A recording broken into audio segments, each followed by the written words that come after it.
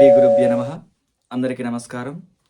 జనవరి 31వ తారీఖు శనివారం రోజున శని త్రయోదశి వస్తూ ఉంది. మరి ఈ శని త్రయోదశి నాడు ఎవరైతే శని యొక్క పీడలతో ఇబ్బందులు పడుతూ ఉంటారో వారికి చక్కటి పరిష్కారంగా కూడా చెప్పుకోవచ్చు.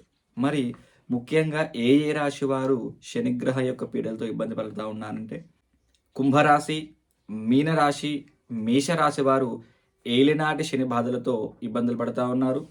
ధనుస్సు రాశి వారు అర్ధాష్టమ శని, సింహరాశి వారు అష్టమ శని చేత అనేక రకాల బాధలు పడుతూ ఉన్నారు.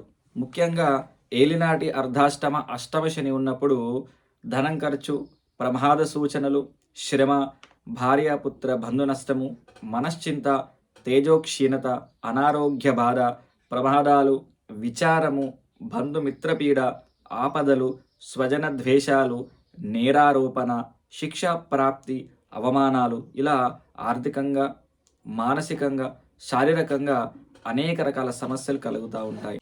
మరి ఈ యొక్క శని భగవాన్ యొక్క అనుగ్రహం పొంది సమస్తమైనటువంటి శని పీడల విముక్తి పొందాలి అంటే ఆ శని భగవానునికి అత్యంత ప్రీతిపాత్రంగా చెప్పబడేటువంటి శని త్రయోదశి నాడు ఆ శనేశ్వరుని ఆరాధన చేస్తే మనకు అనేక రకాల సమస్యల నుంచి పరిష్కారాలు దక్కుతాయి.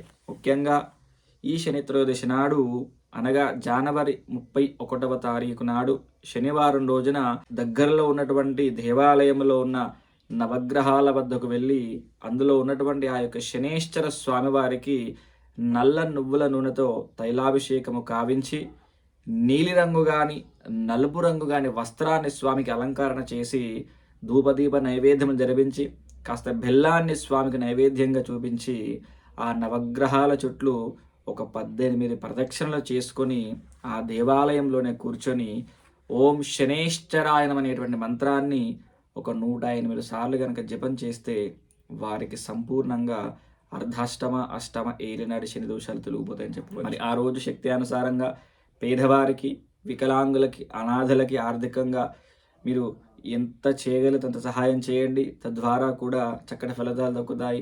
అదేవిధంగా గోమాతకి అరటి పండ్లు ఏదైనా ఆహారం పెట్టినట్లయితే కూడా ఆ శని భగవాన్ యొక్క అనుగ్రహం కలుగుతుంది. కాబట్టి జనులందరూ కూడా ఈ యొక్క అద్భుతమైనటువంటి శని త్రయోదశి నాడు ఆ స్వామిని ఆరాధన చేసుకోండి. సమస్త శని పీడల నుంచి విముక్తి పొందండి. సర్వే జనా సుఖినో భవంతు.